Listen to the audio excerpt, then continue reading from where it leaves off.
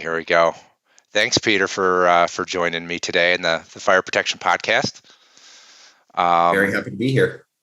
So I know we've I think we connected maybe last year. I know you're heavily involved in the Canadian fire protection market. You've worked for a lot of big names. I really wanted to focus on some of the new products that you're kind of bringing to the market within Canada and even North America and even beyond that. But I guess give us the listenership a little synopsis or who you are. Awesome. Thanks, Drew. So I've been in the fire alarm, fire sprinkler industry, I guess just over 20 years now. Started obviously with Vipond in sales, where everybody starts. If you're not a technician, started in sales. Moved into project management, focused a lot on fire alarm, special hazard. Had an opportunity a few years later to start my own with a partner fire alarm sprinkler company from scratch. So we built that up. Was a lot of fun, big learning experience. Sure. Part of that, I got involved, like I said, in CFAA. I've been Canadian Fire Alarm Association, been involved in that for 15, 16 years now on different capacities as a volunteer. Actually, partners and I sold the company to him. It's still going, my shares. And Nice. Then I actually served as executive director for the Canadian Fire Alarm Association. Wow. For a while. Love that job, but I'm an Ottawa boy through and through. Love the river, love living in the country. So I left that and then worked as a sales manager for Johnson Controls until COVID happened. Still in Ottawa. And then the new company, we got approached in February. We started this up. SSi Canada, the parent company, we're very large into telecom and energy in the Arctic, remote areas. Jeff, the founder and owner, he was looking for a fire protection solution for our unique needs in our telecommunications. So he found Greensol and FirePass about 3 years ago, got it for our own use, and he basically sat on it for 2 years. And then I came in February and saw that this is the future, the next generation. Sure. So we've started a whole standalone company. We're now we're bringing FirePass, Greensol, FST, and other new technologies of fire suppression to the market, and we're going to be doing that through distribution. So we won't be selling directly. We'll be partnering very much on the Notifier, Honeywell, AutoCall model. Gotcha. So SSi was is there like a telecom company? Yeah. So Jeff started as funny story. Jeff started when he wanted a gateway computer back in the 90s, and his dad couldn't get him one, so he got the Canadian distributorship. And from there, he grew in the out of Yellowknife in the Northwest Territories. He grew into internet. Wow. And then into telecommunications. So we have a number of partnerships with Indigenous bands and Indigenous councils. No way. We partner with them in Northern Quebec, and none of that Northwest Territories provide. So it's a partnership. Literally, they're Indigenous companies. Out of that, again, we're looking at energy solutions, water purification. We got a couple other things. So I'm helping a little bit on that side of things. We got a really interesting water purification solution we're looking at, as well as next phase change material batteries such as graphene and solar, wind, all that. We use most of these things we use in ourselves because our telecommunication locations in the north have to be self-supporting. So I guess there's no one up there, so or limited access. So you have to protect them somehow if they're critical facilities or nobody's there, right? Right, and that which is a lot of our solutions we're going to talk about for Greensol, especially, it's work down to minus 40. It doesn't require piping. It's it can be heat detection. It works with basically it's low voltage, so. Not to offend my friends in the sprinkler union, but a fire alarm technician can basically install this inside a sea container, inside anything. So it's really interesting that way, and we can go right down to like a half cubic meter storage unit. We can, like a paint locker, we can put fire protection, aerosol inside that. So they're very unique and wide ranging applications for it. So Greensol, that's the brand. Is that the agent, or is that the brand name with the agent in it? That's the brand name. So it's a potassium nitrate. So it's an encapsulated material. Okay. It's in solid form inside the Greensol units. They come in 8 different sizes. We can actually protect up to 50,000 cubic meters of volume with these spaces, and Oh wow. it's a SNAP approved halon alternative, no residue. When clean rooms, that's what we use in our telecommunication rooms. If it goes off, there's no residue, there's no damage. Sure. We can install it with our own. We have our own heat unit, but I prefer to go with a fire alarm panel that's monitored. Obviously, a full engineered fire alarm system with VESDA. If you want very early warning, we can partner with. We can install VESDA system in there. Anything from that air sampling, heat trace. If you want to heat, you can use linear heat cable. Any of those applications, and it's all got UL and ULC listings for, and as well as NFPA listing as well. Gotcha. So that's so NFPA. It's 2010, right? 2010, correct. 2010. Yeah. So is the agent, or I guess the suppression, are they similar to the other ones out in the market now, or is it a different agent, or is it similar? So it's actually an aerosol. So it's not a clean agent. It's not a gas. It's an aerosol. Right. So it's like the other. I know the other manufacturers, like out there for aerosols. Yeah, and it's apparently, from my understanding, like there's not really much of it out there. I've been talking to a lot of engineers lately, and it's very limited. There's we have a portable fire suppression tool for fire departments, which is same. I can't think of the name of the company down in the States that's doing that as well. But most of the people I'm talking to up here have never seen. They've heard of it, but never actually seen this before. The nice elements to what we do is the cast iron units that the aerosols in, if they discharge, we can recycle that. We can send it back to us, and we'll refill it. Wow. Or send it off to be refilled. So it's and there's a 15-year lifespan on, like, you basically zero maintenance for 15 years once it's installed. Gotcha. Now, is it can it be in occupied spaces? I know. So I saw some presentations, I don't know, 4 or 5 years ago at this point. And aerosol, I actually had some experience with them in New York City, because they were trying to protect these elevator machine rooms. It wasn't great for clean agent. They didn't want sprinklers in there. So they kind of, there was a company called Statics out there that had a solution. There's another solution by Hochiki, but they didn't have occupied status. So I don't know. Is that any? Can you be in the room when these go off? I probably don't want to be in there, but you can be in the room. It's not recommended. Yeah, obviously. There's no, like, we have clearance distance for people, how far you have to be away from the unit. Like, that's right on the way.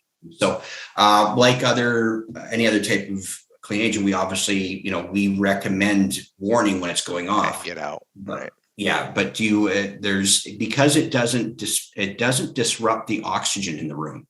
So it has no effect on oxygen, doesn't need the oxygen. So there's no depletion of the oxygen like other agents do. Yep. So again, technically you can be in the room but you shouldn't be in the room. So it's like, when I did a fire alarm inspection one time, the people were complaining because they couldn't work at their desk because the bells were too loud in the building. Well, you're not supposed to be in here anyway when the bells are going off. That's the whole point. So again, you can be, but we recommend you're not. Yeah, and I think there's application for it. I saw it there, and I was like, hey, if they want sprinklers in those elevator machine if they want fire protection in those elevator machine rooms, you can't seal off the room. So it's a good solution, because clean agent, you really need a big seal. You need to seal the plate, So, and there's not many people in those rooms, right? So it has its application. It hasn't really taken off. I know in the States, at least, I haven't seen Greensol, but I think and all the stuff that's going on with clean agent right now with FM 200 kind of and Novec just skyrocketing with cost because of the new EPA regulations and all that. So I know you mentioned SNAP before. SNAP's an EPA. It's or EPA kind of. It's in the U.S. EPA, at least, significant new alternative policy. Correct. So it has to do with the HFCs and global warming causing agents. So this has nothing, This is non-ozone deplete. Yeah, a non-ozone depleting, completely environmentally friendly. I guess that's one of Jeff's mandates is everything. He's very environmentally focused. So everything we have to do is sustainable, environmentally friendly, like, especially being in Canada's Arctic, Yeah. We look at all that as sustainability. So that's one of the, when I came up with the slogan for the company, it's environmentally friendly suppression alternatives, because that's what we are. Everything we're offering and looking at is based on being environmentally friendly. And I got to do everything I look at in the lens from the company from Jeff. Jeff basically said, Peter and Martin said, build this, run it, get it up and going. They like my vision, but the only rule is it's got to meet our environmentally friendly criteria for the company. Yeah. So the other big solution that I was really intrigued with, and that's what kind of got me getting this podcast going, is the fire pass solution. And I ran this through a bunch of people that I know suppression wise, and just friends in the industry. So I guess what is fire pass? So fire pass is an oxygen reduction system. So there is other things out there called oxy-reduct, which we've had a few applications in. To get 2 seconds for background, I saw this at a CFAA presentation from some engineers about 5-6 years ago. Oh, wow. First time was done in Ontario in Canada, was at a Dr. Ecker frozen food plant. Hopefully I didn't give away trade secrets there. Anyway, so I'm sitting there as executive director at the time. I'm looking at this and I know the engineer, Mike Zukoff, and I'm saying, this is the future. Like, as a firefighter, 30-year volunteer firefighter, I'm looking at this going like, if we can keep fires from even starting, right, how good is that? So, there's a cost and other things. So, one of the advantages of fire pass is that we don't inject nitrogen into space. We filter the air down to a level that won't sustain fire. So we can program it 14.8, 15.1, 15.5, some percentile. So I don't know how in depth you want to get me to be, but normal air is 21%. Combustion is not supported below 17%, depending on 16, 17%, depending on the space. So gotcha. We keep the air in the occupied in the space at 15.1. So fire's never going to occur. So if you've got a high rack warehouse, it's very tightly packed where you can't get water flow in. Well, then in robotics, you've got a frozen food section. Sure. One of the advantages to fire pass is that you can actually, it's breathable. It's a breathable space. You can actually work. We have the medical studies to back up that you can actually be in that space. There's some medical criteria required for people to be in there. You don't have pre-existing conditions. There's a recommendation that you don't stay in the space longer than 4 hours. Gotcha. But, in the case of a lot of your listeners, the first American flag in the Constitution is actually protected by a fire pass state system down the States. So, wow. Is it actual fire pass, or is it like a actual fire pass? We actually use that. We actually use that in our marketing materials. My presentations I give to engineers, it's there along with some other applications. So it's very well used in Europe. Australia's really taken this on in energy hospitals, clean agent rooms. I think 4 of my 5 references on our current presentation is for fire pass is in Australia and the Middle East. And actually, in the Middle East, it's actually had some applications where it can actually be used in standby mode and used as a suppression. So if there's a fire in a closed space, you can actually flood the space with 10% oxygen to balance it out. And comparison to Energen I don't want to malign anybody, but comparison to clean agent gas, there's no refill time. There's no cost to refill because the filter.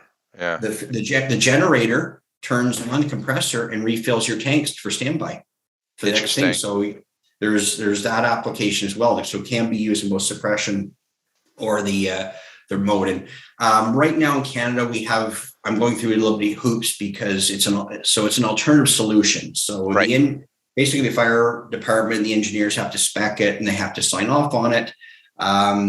With the oxy-reduct, there was some concern about a threat to life and health. So they want PPE, all those other elements on that. So we're working through some of those, but I have the Canadian distribution rights for FirePass. I'm leading that. There's FirePass itself actually I work with those guys quite well. They've got the United States. We're working on common marketing. But it's the company, their partner company in the States called Hypoxico. Okay. And they've got 30 or 34 facilities across the United States in gyms where people who are mountain climbing, rock climbing, Interesting. those sort of things go in to train in these chambers because it represents. So if you're in an airplane, the concentration in your body is actually 15% of oxygen. Yes, the plane's at 21, but the altitude makes you feel like you're 15, same as a fire pass environment. I was skiing at Whistler's, at top of the Whistler mountain skiing. And so, a little bit of heavier breathing, same composition, but 16%. My body thought I was at 16% because of the altitude. So that's your body, understands that. So there's premier athletes use this for training and for recovery. And then one of the other benefits we just discovered is when you're in like in the Smithsonian or Natural Museum of History, I think it is in the States and other in Oslo, Norway, they've realized putting artifacts in these rooms at 15%. Not only does it prevent fire, but it also slows the oxidation of artifacts. Oh, interesting. Yeah, you have the oxidation corrosive aspects of it, right? Yeah. So we're actually in the process ourselves right here because we have talked about earlier, we have a major data center in teleport. We call it teleport here in Ottawa. It's our big communications data link through the satellites. We send and receive. Sure. We've got a 10-year-old blue sapphire system here protecting our space. So I'm in the process of looking at swapping that out and putting a fire pass in to protect our own, put your money where your mouth is as a company. Yeah, right. So I guess, would you have a secondary system on top of that? I mean, why wouldn't you just leave the sapphire system there and just have that, Well, I'm coming up on my 12-year where I'm going to need to hide. You got to hydro it. Yeah. And all those other things. So we could just do that. Obviously, it'd be a lot cheaper. But as in conversations with Martin and Jeff, is that it's a showcase for us. We can have a system here. People can come and see our system. I'm building demonstration units for Greensol and FST and some videos that'll be coming out showing how it operates, right, to help market it in Canada, United States. Because we are actually available, the Greensol I'm able to distribute to the United States as well. So through our agreement. So that's kind of why let's invest in ourselves and have this facility here to showcase. Sure. Is it now? Obviously, you probably need the same room integrity and sealing off of the space. Right. Is that similar to like a clean agent? Is it? I can feel that's the big thing that you need to keep at the concentration, so you have to seal it. Is it worse or is it easier to keep that sealed? I don't know. We have to have a much tighter airtight because we're maintaining at some points. Now, it's our compressor. We put oxygen sensors within the space depending on the volume. So we'll monitor, and the compressor's not always running. We can program the range. So we never want to get below or above X and Y, right? Because we want to maintain at Z. So we program that all in, and the system's all monitoring. And so it says, I'm at this one. So I will kick in, bring it up to the level, bring it down to level. So we're always maintaining in a grid level. We also fail safe. One of the things with fire passes, if we fail safe to normal air. So, if something goes wrong, we're not going to drop the oxygen down to 10%. We're going to boot up. Alarms are going to go off. Technicians are going to be there right away, to get this maintained. So interesting. Yeah, I haven't seen I've seen maybe, I guess, obviously some of the other clean agents, bring the percentage of oxygen down. So that's obviously, it fights the fire well that way. And I know over in Europe, when I worked for Tyco Ansel, they had a similar solution where they would constantly keep the oxygen temperature X, but this is more of a filtering system. So you don't have all the bottles and no bottles. Craziness there. When you see our value engineering graphs, when you get, and here's the other thing, we can go up to, fire pass can protect up to 1.5 million cubic feet. Or 1.5 million cubic meters. Yeah. So you can't get enough tanks for certain gaseous ones at that point. So, on a very low end of the scale, fire pass is going to be more expensive than your gas. But if your volume grows and those elements, it becomes much more cost effective for installation and as well as maintenance, because there's basically your maintenance is change your filters based on the volume of airflow. So then you don't have refill and annual things like that. There's no piping. If you're in an archives, museum, historic building, you don't want to be putting piping into some of these places, but you want to protect it. So there's that. Lost my train of thought on now, but so that's the oxygen reduction prevents the fire. So, and you talk about the gas, same with us. If we have a fire, by the time the gas goes off, we could lose a grid of Northwest Territories in one of those racks. So with the fire pass, we're never going to have that. We might have a pop of a circuit board and it dies, which we can just go in and change the circuit board out and go right back to work. So I guess that's the advantage with the fire pass, is that we're not allowing the fire to ever occur. Right. Yeah, you're not. Yeah, we actually have a system. If you the systems, I went to 1.5 million, but there's actually a fire pass system. If you were in a small office space and you just had all your IT in a rack in a room somewhere that's self-cooled, we can put there's a fire pass that will actually go into one of the slots in the rack and just keep inside the rack at in 15.1. Yeah, you just gotta seal that unit. And I know there is some other technology. I used to work for Viking too, Minimax, and they had a little solution with a server rack with clean agent. But this, it seems, this is more passive, and you're getting way ahead of it and just keeping it at the certain concentration of oxygen. Interesting. No, it's good. I'm glad you brought it up, and it's really cool. It's just the sealing of the room, and that's really it, right? You just got to maintain it. The biggest hurdle, we were talking about there's one we're working on for fire pass, or Greenex is working on a fire pass solution in Europe right now that's about 300,000 square feet, but they've got multiple conveyor belts going in and out of the room. So they're doing a lot of integrity testing, and they're 90% sure it's not, with that kind of volume loss, it's not going to be able to get where they need. So they may have to, so now they're going to switch over to the aerosol, to the green, because the people don't want to they can't put in the tubing and other things. So they're looking at the Greenex aerosol solution, because we can melt the units within the space and then flood. It's not like water, where water needs to seep through the aerosol.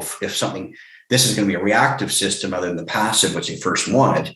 But if it's there, the aerosol will react in the entire space. We try and engineer it so the entire volume can be flooded within 30 seconds. Wow. That's interesting. That you have total flood on that too. On the Greenex. Greenex. Sorry, the Greenex. Greenex is a company we partner with Greensol. I got to keep remembering that some days. So hey, it's only been 3 months. 3 months since we started this growth. That's great.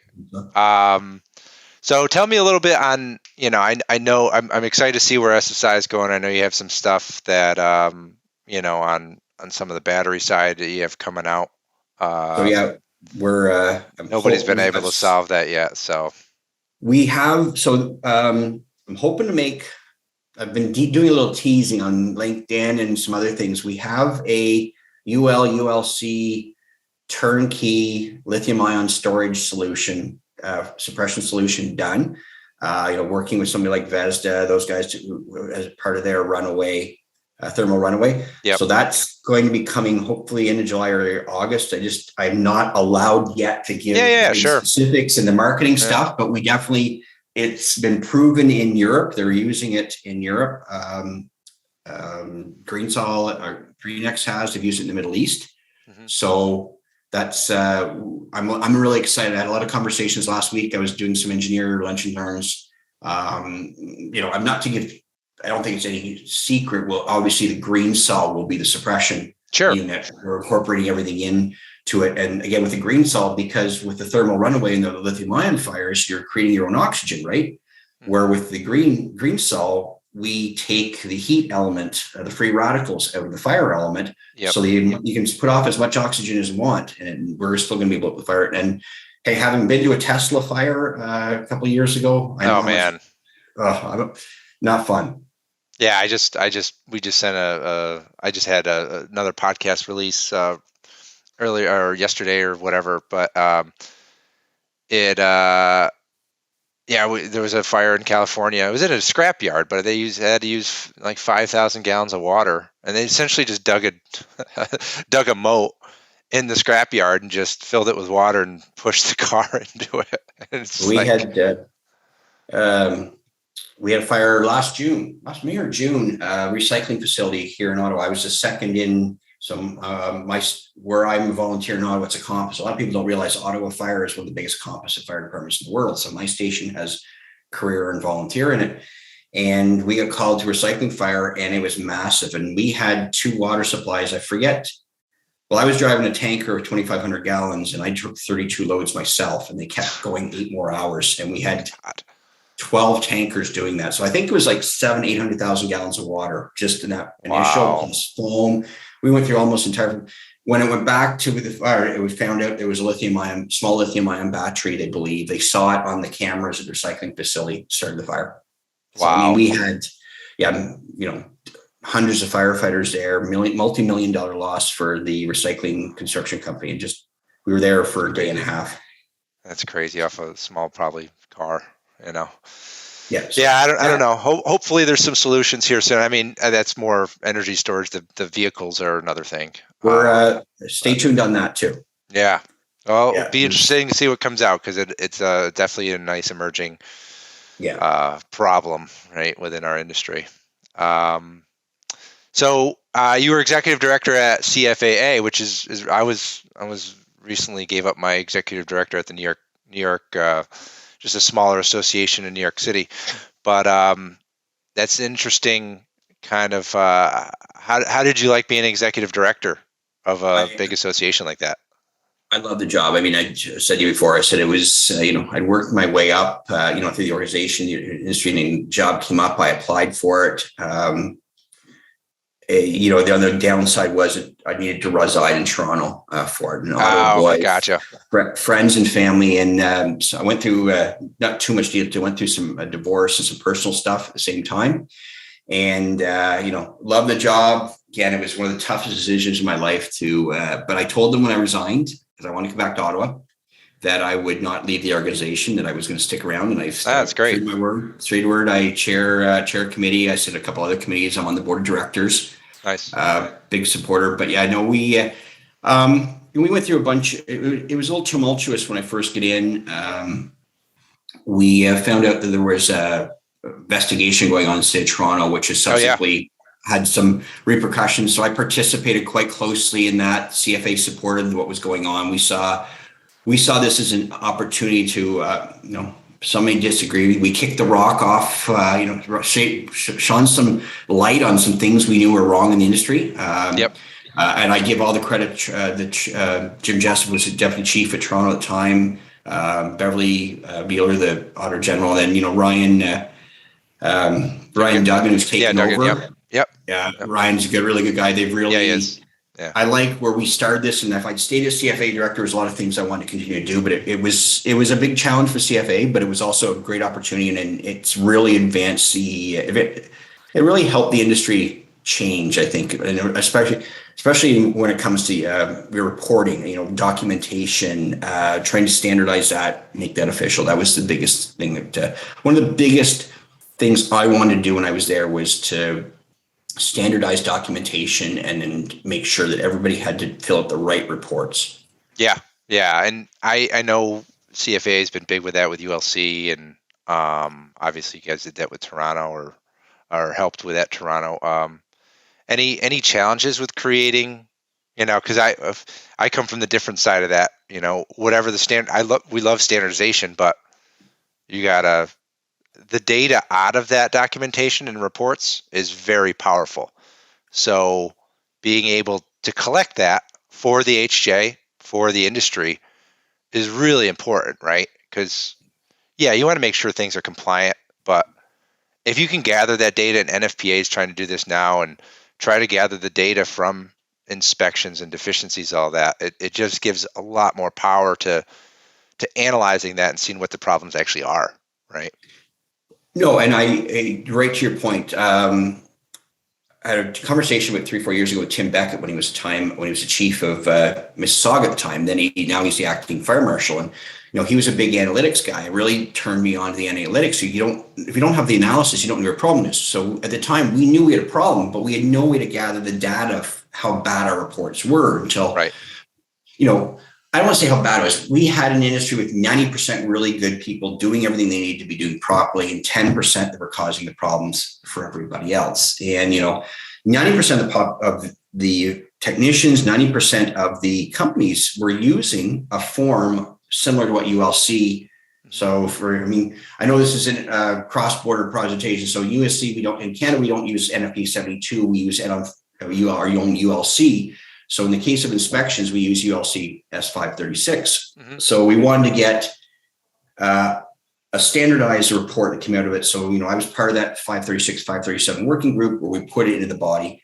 The next big challenge in Canada is we're such a vast country. We have provinces and jurisdictions that are using 10, 12 or older versions. So we need everybody to adapt. When a new standard comes out, adapt it and use it. So that's our biggest challenge now is to get that enshrined, to get everybody using it, along with educating our technicians. We need to provide the educations to our technicians.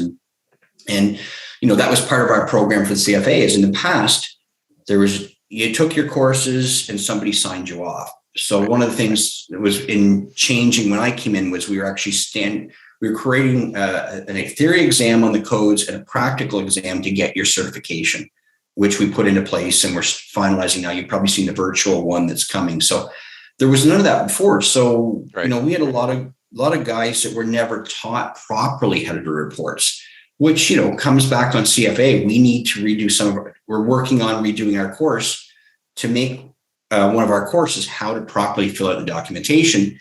And again, you bring back to standard. We need to standardize documents so everybody's using the same document, getting the same training, and the HJs all know what to look for and that was one of the things I got back from the HJs was that I got 100 inspection reports on my desk.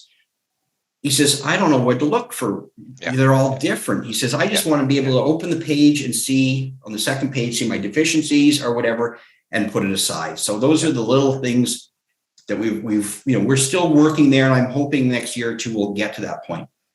Yeah, and I think the codes are there, and bringing it into the body of the ULC standard 536 and 537 is pretty big. It's a big move. You don't see that too much. Huge. And NFPA, right? So at least there's a standardization. Now I think and it happens a lot in the States where there's AHJs and fire marshals, fire prevention bureaus have these third party or compliance solutions where essentially it's taking all of the buildings and the systems that protect those buildings, and it kind of puts it into a portal, I guess. And so you're not, so the officials aren't going through thousands or hundreds of reports. It's just highlighting what's important, what are the critical deficiencies, what's not being followed up on. So I think that'll probably eventually happen in some of the Canadian jurisdictions, I would think. It has. There's been attempts. I know a few years ago, Calgary, and I apologize if I don't know if this is still going, but Calgary at one point was requiring all their inspection reports to be faxed into a central fax number, and somebody was doing that. So I know at my time at CFA, and even I was at the Fire Prevention Officers Conference for Ontario there a couple weeks ago. And there's still some departments, COVID, obviously, a lot of things we were working on pre-COVID have kind of got put aside. We had to pivot, right? Especially fire prevention had to pivot. How do I do my pub eds? How do I do my Part 9s? All these things virtually in Ontario. Yeah. So I know there's talk again about creating these portals. I know I was talking about where the fire alarm company, when they're done, will upload to the municipality. Fire prevention officers love that. If they can go in and look at it online instead of having a stack of paper that they have to get in. Yeah. So I think, honestly, that's probably a few years down the road. Because, I'm sure, bluntly, every fire department, I think, in North America is going to be facing cost challenges with over the next couple of years on all, plus we have the aging population, demographic change, and conversely, we also need to start directing more resources. This is a fire suppression firefighter and training officer talking here, that we need to do more and direct more resources to our fire prevention. In Terry, we talked about 3 line of defense: prevention, public education, and suppression. And we've never done enough in the prevention and public education. Sure. We need to do more there. It goes to like fire pass. Hey, fire pass, it can prevent it. The big red trucks don't show up and make a mess after, right?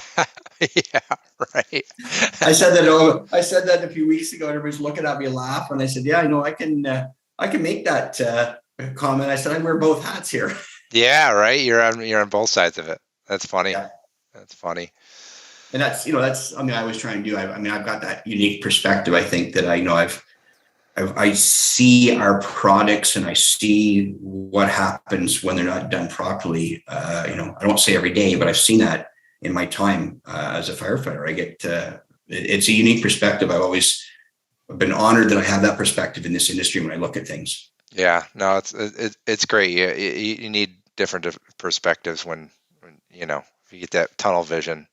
It's, we have trouble. We've got 30 more seconds. We have the FST I talked about. So it's the Greensol, except portable for fire departments, or you can mount it and use the room. So a couple of weeks ago, I was part of From Knowledge to Practice, the fire dynamics research. So I'm not that dinosaur who always wants to put water on everything and break every window. I think Sure.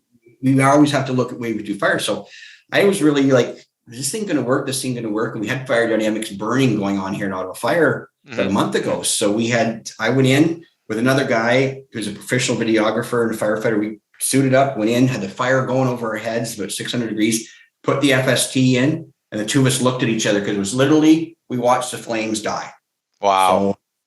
So that's, I'm not trying to sell it. I'm just saying, the new technologies is amazing to see now we just have to change people's attitudes on these things. But my perspective as a firefighter was able to see that product does work. And I can speak a little more passionately about it now as we go. Yeah, it's cool to see more technology because traditionally, in the last 50 years, it's maybe 30 years, there's been slow movement to technology and fire protection, I feel like. So some of the stuff that we're talking about today is that we gotta move forward, and it's really cool to see you're a part of it. So and I remember when I first got into this industry, everybody was like, "Oh no, we don't want FM 200, or we don't want these clean agent suppression systems. They're not going to work." Right. So I see myself now where that was 20 years ago, about educating and getting out. And in all honesty, I've met with a few of the big companies, the big names won't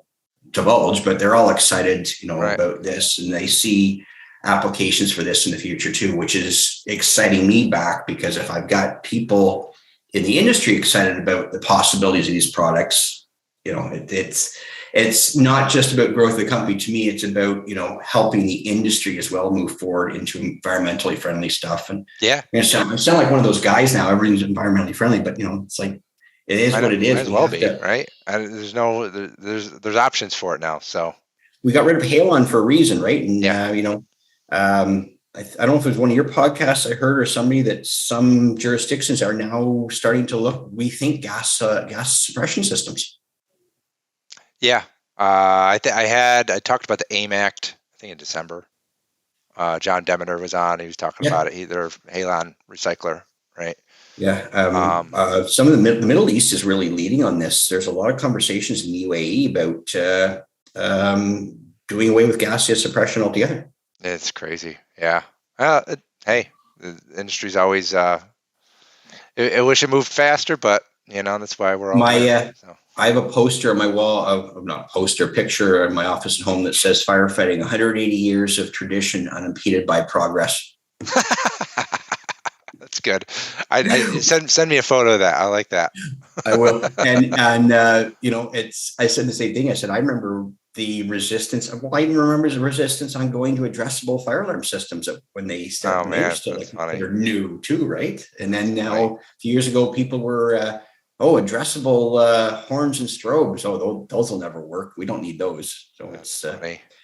I always I don't want to disparage anything, but I always argue that, builders will argue and fight over how many millions of dollars they're going to spend on granite or their front entrance lobby, but they don't want to spend $5,000 more to upgrade the fire alarm. I know.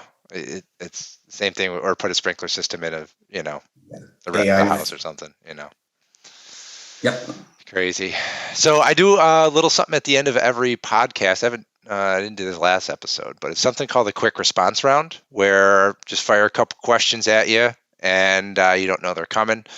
And we'll end right after that. So I know you're an Ottawa guy. I've always heard, and I think there's a sprinkler, the CASA or CFA is there next year. I forgot what it is. CASA's here actually next year, because I was talking to somebody who's a director of CASA who has to come to Ottawa once a month for work. He says, "Yay, I get to go to Ottawa." What's up with this River Oak? I've always heard of this skating trail. Tell me. I know probably people. It's some guy from the States talking about this, but I've always heard about it. It's awesome. So there's one run right near my house in Stittsville by a guy who used to play in the NHL. And we went there a couple times this winter. It's awesome. It's literally, he's cut a path through the trees and flooded it. It's up and down, and it's like when we used to do this stuff when I was a kid up on the big the Rideau Lakes. Like we cut into little bays and shovel stuff out. So I don't know what this is all due for, but yeah, this. Or are you talking the Rideau Canal, the world's longest? I'm talking the River Oak skate. I guess it's a big skating trail around. Yeah. Yeah, there's probably 4 or 5 of them now. Where there's 3 years ago. Yeah, so they're pretty. I've been to a couple of them. They're pretty awesome. That's fun. So if you come up here in the winter, I'll take you. But in the summer, you're a big river guy, right? Love the river. I'm a big boater. Grew up on the water. Actually, we were laughing earlier. I said I used to joke I'm a weekend American because I keep the boat in the United States on the U.S. side of the border. But yeah, I'm. If you're looking for me, there's in the summertime, I'm probably gonna be by the water. Nice. Yeah, it's I've become a boater, and right when COVID hit, my wife decided, let's get a boat. We're close to the water, so we're on it, and it's a great way. And it was good during the pandemic too, because you're outside, right? So last question, and I don't want to get too deep into these, but 3 largest problems in fire protection right now. What are the 3 biggest problems? Technicians trying to find the great staff, adoption of new technologies, being openness to it. I like that. And as far as Canada goes, standardization of codes and standards. We really, like I said earlier, we really need to make sure everybody's using the latest updated versions. Yeah, and it's not just in Canada; it's in the U.S. too. It's all over. I mean, there's standards, but it seems to be jurisdictional. It's getting that way, and where jurisdictions are requiring different things here. New York's requiring different things in California than Seattle, than Texas. It's like, all right, we have a national standards for a reason, right, guys? So, and girls. So that shocked me. I think 2010, my previous company, we opened a division down in Colorado and Arvada. And I was shocked when I started diving into that and finding out that, one jurisdiction had a 3-page fire code. The other had a 30-page fire code. There was no, even within states, there was no standardization. Yeah. Even within the state themselves. Yeah. Yeah. Well, Peter, pleasure coming on the podcast today. Where can we find you? Where can we find out about the technology in SSi? So SSi Fire Solutions. So SSi Fire Solutions, .com or SSi Canada, both lead you to me. SSi Canada gives you a nice view of, I can take some pretty pictures of the Arctic, see some live camera, and then link into so currently right now, SSiFiresolutions.com website's it's under the construction, but SSi Canada, it'll take you to SSi Canada and you'll find me there. But nice. Yeah. Great. Does that sound too convoluted? No, you get it. I'll put it all in the notes anyway. They'll know where to find you. Yeah, no, and I'm any questions. That's what I'm here for. I'm always open to answer questions. People want to talk to me. Not just about what we have, about the Canadian fire, the Canadian fire protection industry in general. Your questions on that, don't hesitate to reach out to me. As member of a couple of boards. It's I advocate for the associations, and I'm always willing to help Some people helped me, mentored me. Guys like Rich Morris, you probably remember Rich Morris, Jerry Landmaster, they help me when I get out. And now that the gray hair's coming, I guess it's time for me to start helping the next generation. Right. Yeah. You've helped me out a couple times here, so I appreciate the help. Yeah. Okay. Thanks again for coming on. Have a good day. Take care.